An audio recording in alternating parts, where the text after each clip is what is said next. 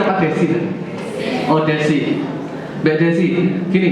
Tadi kalau Mbaknya tadi bilang saya malu, seharusnya nggak bisa loh. Soalnya tadi udah ngomong di sini loh. Jadi kalau di kelas ditanya jangan malu gitu. Intinya kalau kita yang penting kalau kita benar, ngapain kita harus malu? Intinya itu ya. Usaha apapun, bahwa itu dipandang hina, kalau itu memang nggak ada yang merugikan orang lain, ngapain gitu? Tukang parkir apa yang harus malu gitu? Nggak harus malu gitu, nggak apa-apa gitu. Terus gini, sama pembuktian orang tua atau masalah kalau udah selesai kuliah itu kerjanya di bank atau di mana gitu ya, seorang manajemen. Pembuktian itu nanti berjalan ya dia. Itu ada tahapannya. Mungkin saat ini belum bisa kalau Mbak Desinya aja masih malu dan belum sukses gitu ya. Jadi harus ada sesuatu hal dulu. Pembuktian itu kalau sudah ada, kalau orang tua itu karena pola pikirnya memang rata-rata masih kalau habis kuliah kamu harus kerja di sini, ngelamar di sini gitu. Itu rata-rata seperti itu. Itu penting ya, itu pun penting. Tetapi itu tidak menjadi poin utama kalau saya. Jadi saya pun begini. Setelah saya selesai kuliah, bahkan sebelum kuliah pun sudah kerja di orang. Itu penting memang, karena memang itu pemasukan tiap bulan ya. Kalau buat kita itu penting sekali. Sedangkan kalau wirausaha kan nggak pasti pemasukannya, benar. Nah dari situ, dari samping kita bekerja di orang, kalau misalkan kita bisa di luar ya kita di luar. Nah kalau enggak, pembuktiannya ya dari sekarang. Berarti Mbak sejak kuliah sudah lepas orang tua, itu kan sudah pembuktian tuh. Nah ditingkatkan lagi gimana caranya manajemennya dan sebagainya, sehingganya orang tua itu benar-benar percaya, oh berarti anakku nggak harus kerja di sini loh setelah lulus, seperti itu. Jadi intinya jangan malu itu aja. Di kelas walaupun dosennya nanyain gitu, jangan malu, pasti dia akan memberikan apresiasi malah gitu. Nah kemudian yang kedua Mbak Astri.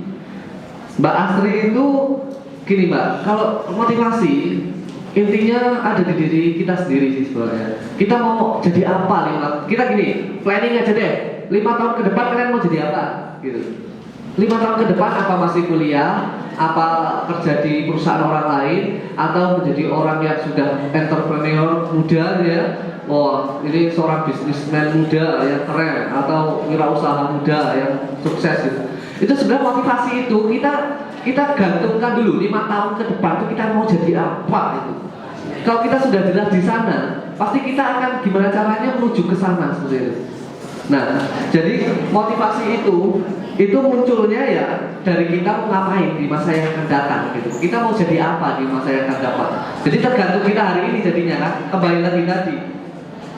Cita-cita saya dulu apa pernah jadi dosen? Gak ada, itu mengalir.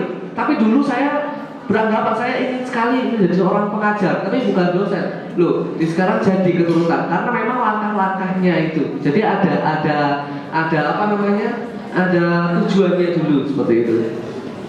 Nah, kemudian masalah ikhlas tadi ya. Masalah kerja sudah harus dipaksa atau tiba-tiba ikhlas gitu. Sebenarnya gini, dulu saya penelitian Malioboro yang sampai saat ini berguna itu dulu 2 tahun, 1 tahun setengah ya, 1 tahun setengah. Apa yang saya nggak bosen gitu, bosen, capek, tapi gimana dipaksain, harus ada paksaan memang. Kalau nggak dipaksain, kita mau enak aja, nggak enak, nggak ada. Kita harus susah, harus mau kerja keras dulu gitu. Itu 1 tahun setengah loh, aku jalan-jalan di Malioboro mengetahui mana sih ini makanan, mana yang enak, mana yang enggak, mana bangunan tua, mana bangunan muda, harus dipetain, dimasukin aplikasi seperti itu. Itu enggak mudah itu 1 tahun setengah, dipaksakan itu, ikhlas, akhirnya ikhlas kalau sekarang. Kalau dulu capek ya, ada ikhlas ada enggak ikhlasnya kita nggak bisa jalan, nggak bisa main, tapi ada senangnya gitu. Jadi harus ada poin plusnya yang diambil dari sana, gitu. Sehingga menjadikan itu ikhlas. Kalau bisa sih sekarang apapun yang kita lakukan ikhlas, enak banget rasanya kalau kita ikhlas. Sama tadi ya, menyinggung masalah SD ya Pak ya. Saya juga dulu ternyata ingat, saya lupa tadi mau cerita. SD itu dulu saya bawa dikresak gitu ya, ada tas kresek hitam. Itu isinya gorengan apa? Pisang, goreng pisang sama gorengan keripik, tapi keripik ya bentuknya. Itu dulu ibu yang buat, bangun-bangun jam 3 pagi itu sudah gorengin keripik pisang, keripik singkong, terus diplastikin satu-satu, terus saya bawa ke sekolah, saya jualan. Jadi saya bawa itu di tas itu, nggak malu. Dulu kalau musim jagung jualan jagung godok, kalau jualan apa musim apa jualan tergantung musim. Jadi ingat aku, jadi ingat lagi aku. Waktu dulu pernah usaha, maksudnya kasihan orang tua gitu loh buat jajan, akhirnya ya seperti itu. Intinya dilandasi dengan ikhlas, kerja cerdas, cepat dan ikhlas tadi memang sangat penting sekali. Mungkin agak tambahkan sedikit dulu Mbak Desi. Sebenarnya proyek untuk apa? Klinik service Jasmine itu hotel di Jogja masih tumbuh pesat sekali loh, banyak yang belum selesai. Datangi aja. Termasuk parkir, tapi saya nggak tahu keunggulan parkir Mbak Desi apa.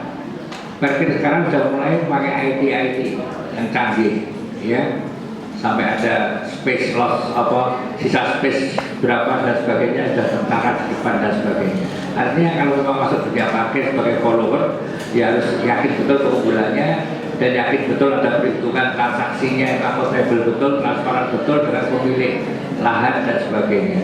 Kemudian ada teman saya menggunakan yang di parkiran IB dan sebagainya, itu dia memang pendekatannya pakai lebih ke high tech, bagaimana parkir lebih canggih dan sebagainya. Terima kasih.